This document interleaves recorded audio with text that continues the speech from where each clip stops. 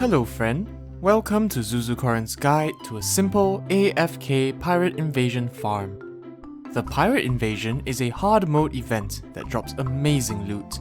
One of the drops, namely the lucky coin, is one of the rarest and most coveted items in the whole game. It allows you to build the best money farm in the entire game. But the Pirate Invasion isn't easy, not unless you build this amazing AFK farm. To start off, make a nice flat surface and dig a hole. About that should do. Now cover the top. I'll explain why later. Next, talk to the mechanic, which you can unlock after you save her in the dungeon. Buy some actuators, wire, a wire cutter, and a wrench of your preferred color. Get 3 switches as well. I recommend crafting an actuation rod from 50 actuators, 10 iron bars, and 10 wires. This lets you turn actuators on and off without the need for a wired circuit. Now place actuators on the top cover of the hole, but make sure not to place any on the 2 topmost corners. Now use the actuation rod to turn the blocks off. If you do it right, there will be a small corner poking out just like this. Next, place a switch on the wall and draw a wire using the wrench, carefully connecting the switch and the actuators that you have placed down just now. Now when you flip the switch, the block should turn on and off.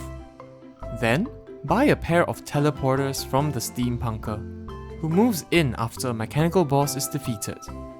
Place the first wherever you desire, and the other one in the hole. Make sure you place switches too.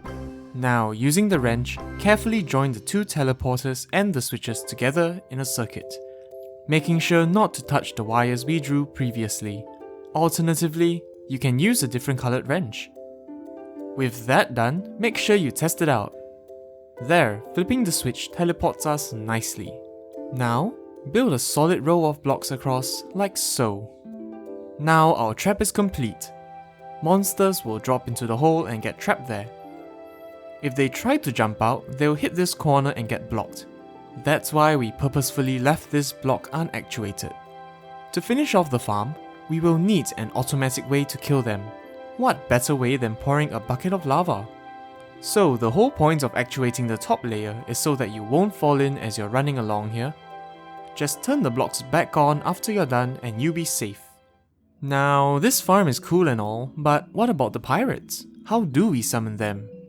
The Pirate Invasion is summoned using a pirate map. Pirate maps have a 1% drop chance from any enemy near the ocean. That's actually quite absurd, considering how you need quite a lot of invasions to get all the loot from the pirates. That's why I'm here to introduce you to a nice trick. This trick involves the Eater of Worlds, who has 50 body segments in total. Firstly, place 200 ebonstone blocks in the air. You can use an ice rod bought from the wizard to summon temporary ice blocks, so you can place them directly in the air. Now that that's done, we have added the corruption biome to the ocean. Now, we are able to spawn the Eater of Worlds here. This can be done using worm food, crafted at a demon altar using vile powder, made from vile mushrooms, and rotten chunks dropped from corruption enemies. So, when you're ready, summon the Eater of Worlds. Oh, that one flew in from above. That's interesting. Anyway, look, every segment of the Eater of Worlds has a 1% chance of dropping a pirate map. With 50 segments in total, this means that on average, every 2 Eater of Worlds will yield 1 pirate map. This is by far the easiest and fastest way to farm pirate maps, because it's as if you're killing 50 enemies in a short period of time. So just find a nice spot where you can kill him segment by segment. I recommend using a yo-yo and just farm him like this. Oh, we actually got a pirate map already. You can't really see it with all the monster guts, but I saw it for a split second. Right, it's dead. Let's collect the loot. There it is. We got 1 pirate map already. Using this method, you'll soon have more than enough pirate maps to use. So when you're ready, teleport to your nice safe area here and summon the invasion using the pirate map. You can build a platform across like this too, so you loot the drops immediately. After a while, the pirates will spawn and run at you. only to be greeted by a nice warm pool of lava. Simple as that. Nothing can hurt you from here, because none of the enemies can attack through blocks. They simply die, allowing you to loot their drops. Even when the Flying Dutchman spawns, you can safely ignore it. It actually drops more pirates, so yay, more loot. Well, now that you've learned how to farm the invasion AFK, let me quickly go through the loot drops, especially the rarest and most coveted ones. To start off, we have some nice vanity outfits. We have an eye patch that's quite hard to see, the Buccaneer set, and the Sailor set. Then we have the whole range of golden furniture.